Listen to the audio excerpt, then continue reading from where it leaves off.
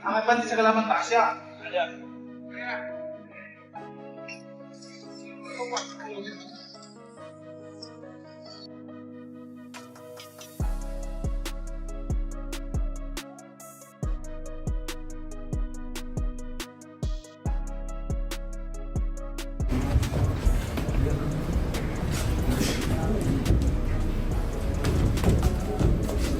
Verte!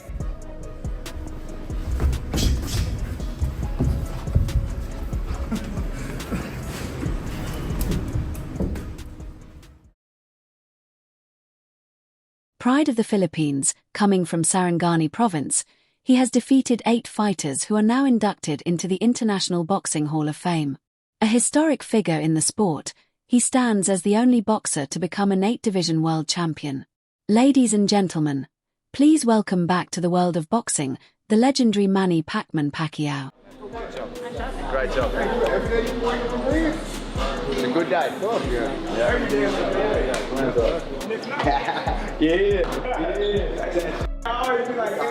The fighters, who were once intense rivals and whose matchup fans had eagerly awaited for years, are now working together in training.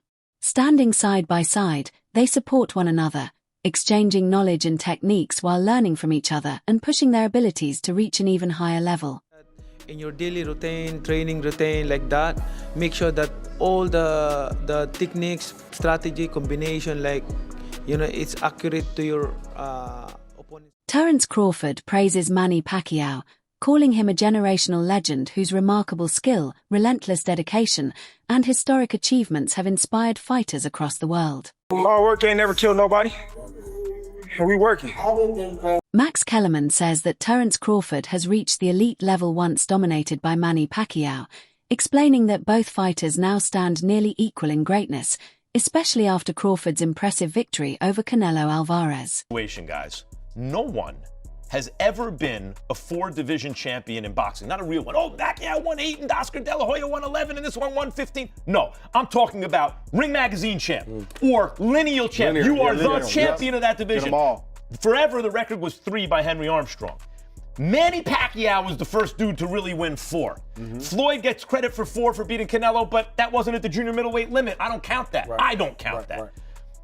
Terence Crawford just joined Manny Pacquiao as the only legit 4-division champion in the history of boxing. And he did it by jumping middle. He came lightweight, junior welter, then he won a belt at junior middle, not the whole championship, and then skipped middle to fight Canelo Alvarez for the undisputed, for the Ring Magazine super middleweight championship of the world, and left no doubts, including with Canelo, who was all class after the fight but knew what had just happened. Manny Pacquiao has been training intensely for the upcoming fight against Floyd Mayweather Jr., focusing on building strength, sharpening his speed, and improving endurance to make sure he reaches peak performance when he steps into the ring.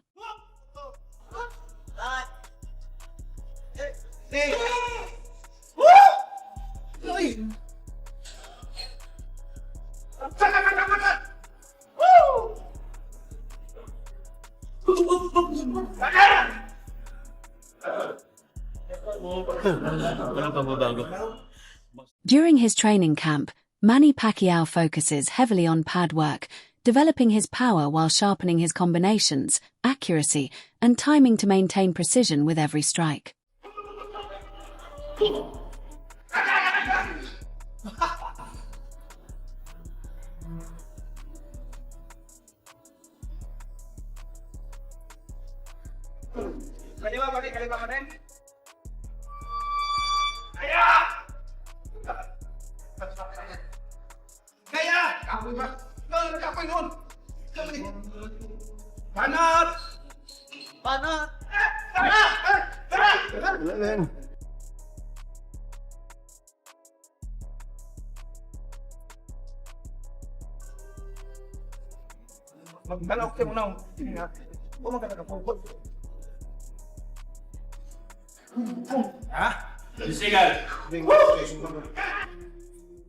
He explains that boxing is his true passion, sharing how deeply he missed the sport and how he now dedicates himself completely to intense daily training sessions. I missed boxing for 4 years. It's good for me, for my body, because I've been I started boxing when I was young, so good for my body to rest for 4 years, and then now I come back. I feel like I'm, the passion, the fire in my eyes, to work hard, like that, is still there.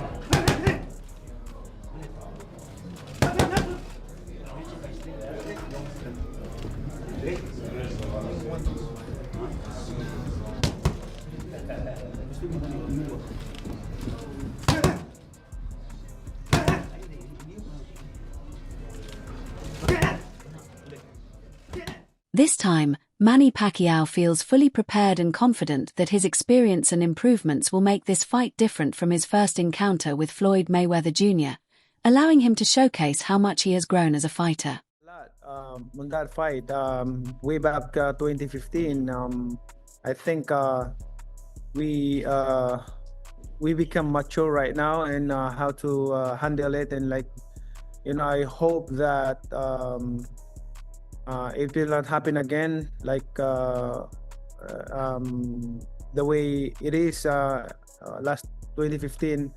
It's the experience is not really 100%, but I'm hoping for this time around, no more excuses, especially to my condition, and also for everything. I'm so excited and ready. Manny Pacquiao also emphasizes the importance of consistency, approaching every training session with discipline and dedication, incorporating stick work and conditioning exercises to stay sharp and fully prepared for the challenge ahead. So don't we have 1, 2, 3.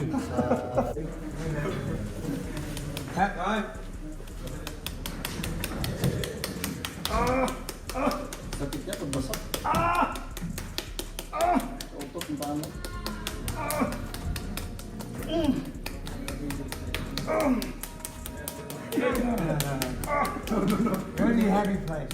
Heavy place.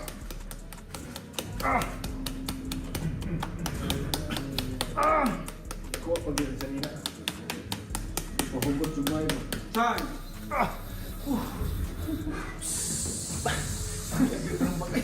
Time came up.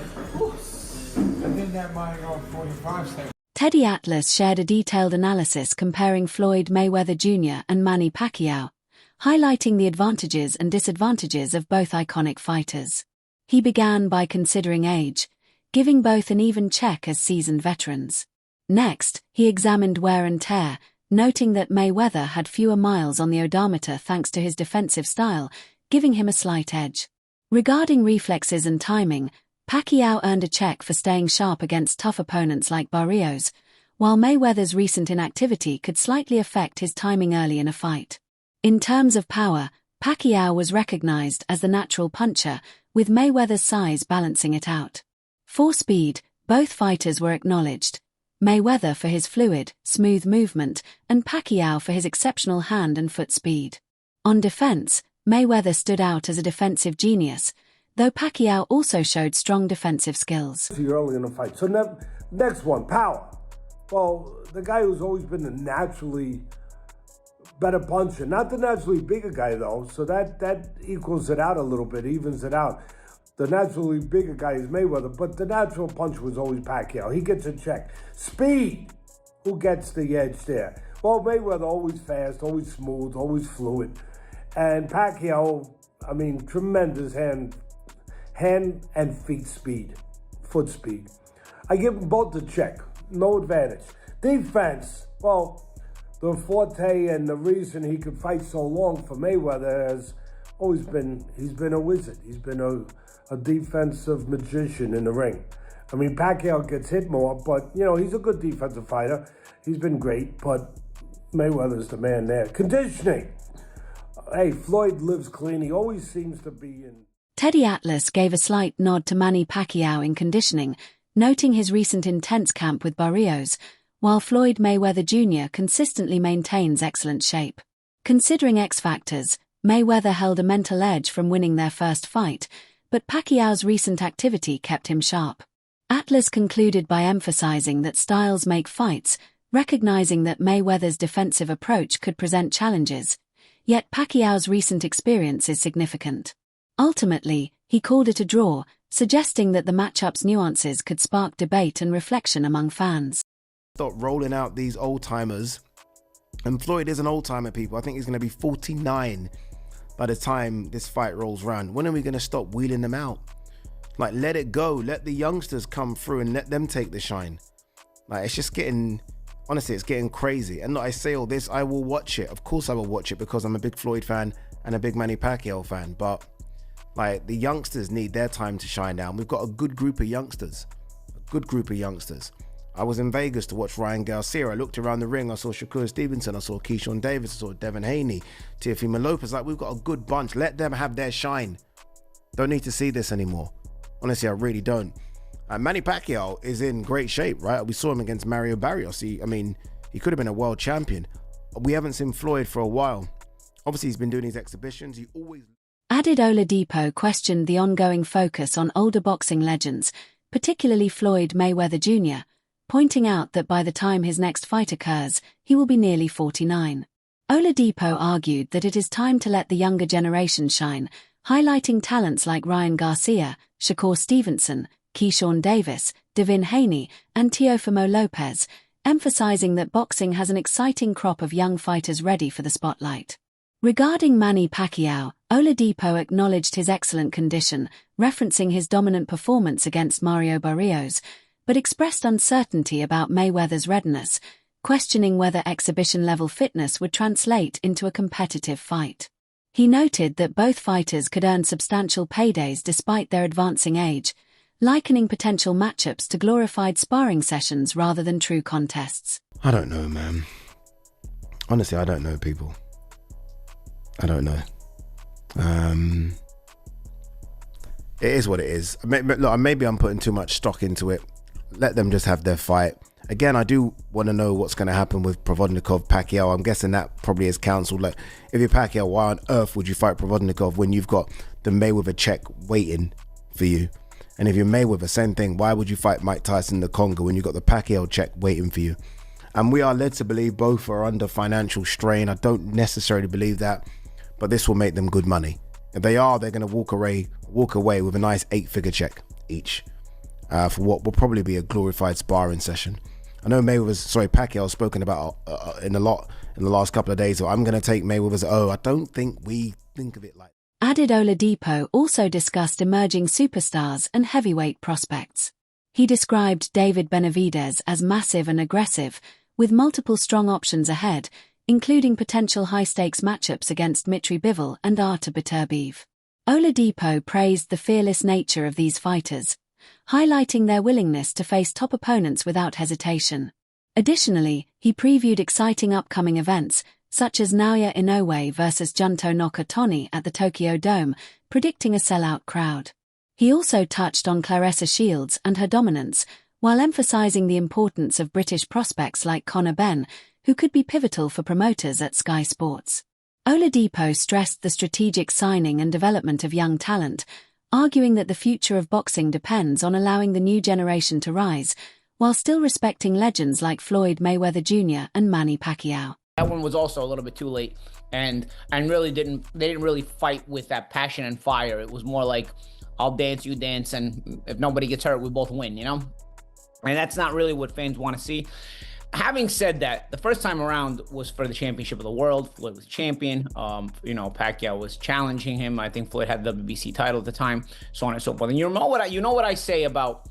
And at the time, it was still a fight that was viable within the whole world landscape of the welterweight division.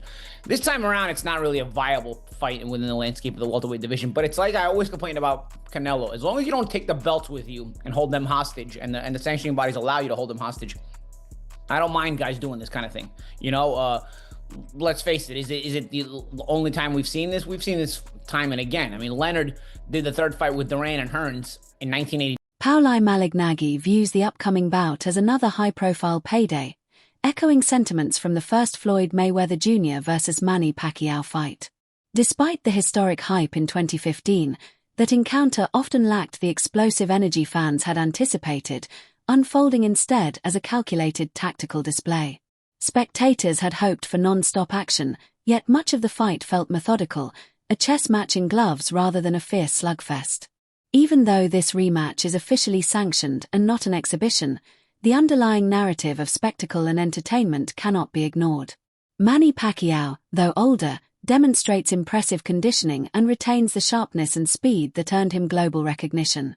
Duran, so I think those sold pretty good as well. People got into it. Were they kind of duds? Yeah. I mean, the third Duran and Larin fight at the Mirage, people kind of are probably more forgetful about it. But regardless, the nostalgia aspect of it, like the champ said, is going to attract people. It's gonna make people curious. There's also the aspect of it where the new fan base is always curious about the old-time fighters, which is why Tyson always gets views even today, because people are always curious about the Mike Tyson mystique, the Mike Tyson effect. So people that weren't able to be alive and wake up the morning of a Mike Tyson fight to know what that feels like, want to feel that today. I promise you, it's nothing like it was in 1989 with Tyson, no matter what you guys want to feel. But regardless, I think people get curious about that. And I think this is going to... Pauli Malignaggi notes that Manny Pacquiao's natural punching power still poses a significant threat, especially when paired with his years of experience and disciplined training.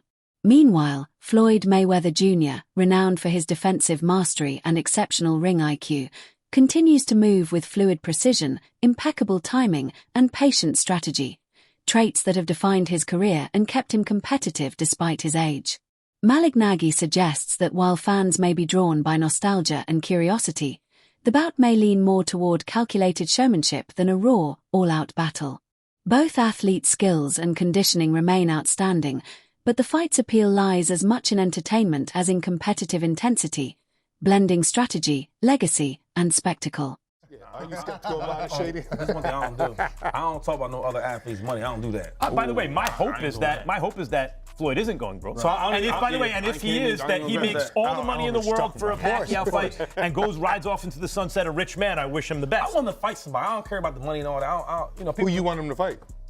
That's not good with Pacquiao. Pacquiao just drew with Barrios. And you see what he look like? Yeah, because they're not on that level anymore. What do you think's going to happen here, though? What do we think's going to happen in Mayweather-Pacquiao? Are you interested in it? Is it a good fight? Yeah. I'll be watching. Watch it. The first one was awful, but now they're 50 years old. Let's see it. But why, though? But you didn't like the first time they fought. No, I didn't. I'm not going to watch the second one. You didn't like that match? No, the first fight. I forgot. So when it wasn't grandpa's, by the way, that fight went more or less how I thought it would go. I always thought it would go that way. That's it for today's video. Stay tuned until next time. Max Kellerman recently weighed in on the highly anticipated rematch between Floyd Mayweather Jr. and Manny Pacquiao, offering insights that balanced respect for the fighters with curiosity about the spectacle. While Kellerman usually avoids discussing athletes' financial situations, he acknowledged that this fight, given the stature and history of both competitors, represents a massive payday. He expressed hope that if Mayweather steps back into the ring, he not only delivers a memorable performance but also secures a financial reward worthy of his legacy, allowing him to retire comfortably and without concern. Kellerman also highlighted the unique dynamic of the matchup. Both Mayweather and Pacquiao are legends with contrasting styles that have fascinated fans for years. While age and time away from competitive fighting could influence performance, their skill, discipline, and experience remain extraordinary. Kellerman emphasized that beyond the financial aspect, fans are eager to witness two iconic fighters meet again, blending legacy, strategy, and the thrill of high-stakes competition in a bout that could once again capture global attention.